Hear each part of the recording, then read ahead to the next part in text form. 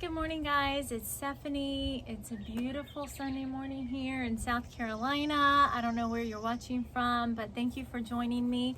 I am here with our daily Disney devotional, this amazing devotional book that is from Thweatt. And today is number 13. No, that's not right. 13 was yesterday. Today is 14. My favorite ride in Fantasyland, the Mad Tea Party. Okay, so backstory, I am not a roller coaster girl. I hate a hill, that drop feeling in my stomach. Oh, I cannot stand it. I want to be spun in a circle as fast as possible. That's my favorite thing. So I cannot tell you how much I love the Mad Tea Party. And our last time that we went was when my son was turning 2, and we took him on this ride, and his little face, he was loving it.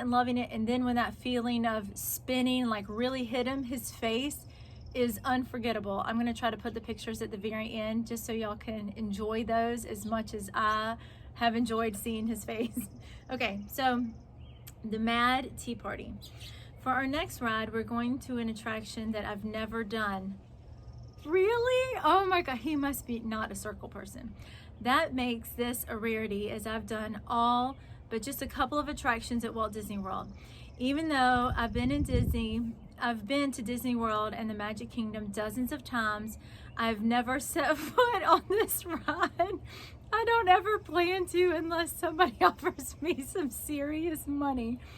If I were to do it, they would probably have to clean it afterwards. Oh no! I'm talking about the Mad Tea Party ride. Insert vomit sound. I just can't do those spinning rides. Can you? I could do them as a kid, so I guess it's possible I did ride this when I was younger, but I certainly don't remember it.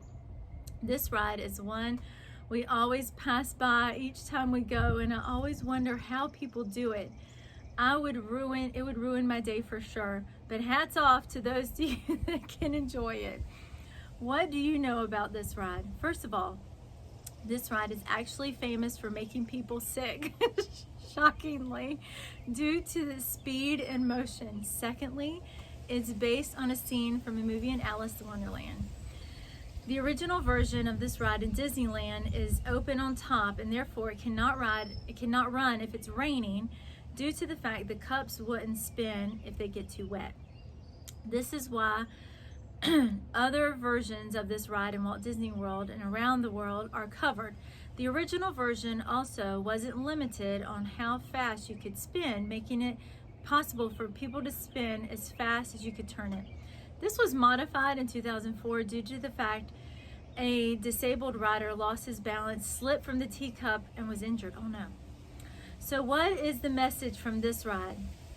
The message is, do not ride if you get motion sickness.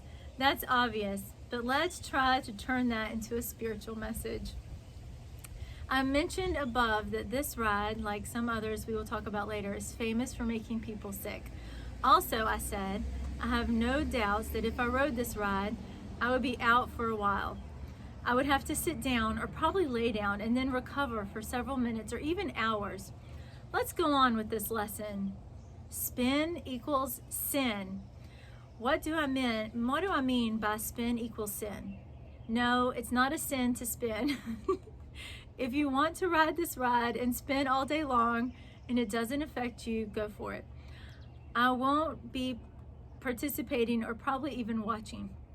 What I mean is that the effect that spinning has on me and many others is like what sin does to you.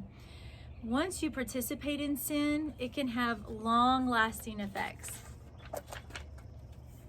It can knock you down for minutes, hours, days, or even longer. Sin is sometimes addictive.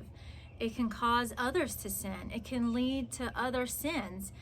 It can severely damage your relationship with others, and it can especially damage your relationship with God. To me, that makes sin very dangerous and can cause spiritual sickness, just like the ride can cause literal sickness. Isaiah 59:2 says that our sin separates us from God.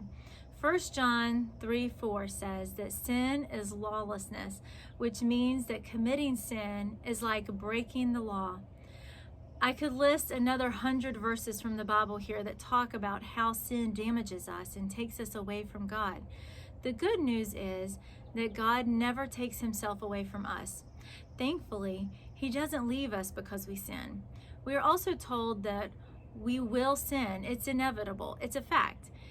What isn't definite is how we will handle our sin. Do we get back on the narrow path and make our lives right, or do we stay down, sick on a park bench somewhere, suffering from the effects of our sin? So the next time you ride the Mad Tea Party, or just pass it by like me, think about how spin can equal sin. Sinning will knock you down every time and has negative effects. Don't get caught up in it. Why risk it? Draw near to God if you don't have to suffer those effects. If you do mess up, and we all will, learn from it. Get it right with God, and then don't repeat it. The end. I loved this one. This was a very, very good one. Not just because I actually do love the Mad Hatter's Tea Party, but that's a great analogy about sin in our life, because that's what separates us from God. So we can't be close to God and have an intimate relationship with him if we're separated from him. So it's a daily asking for forgiveness of our sins. Bye, guys.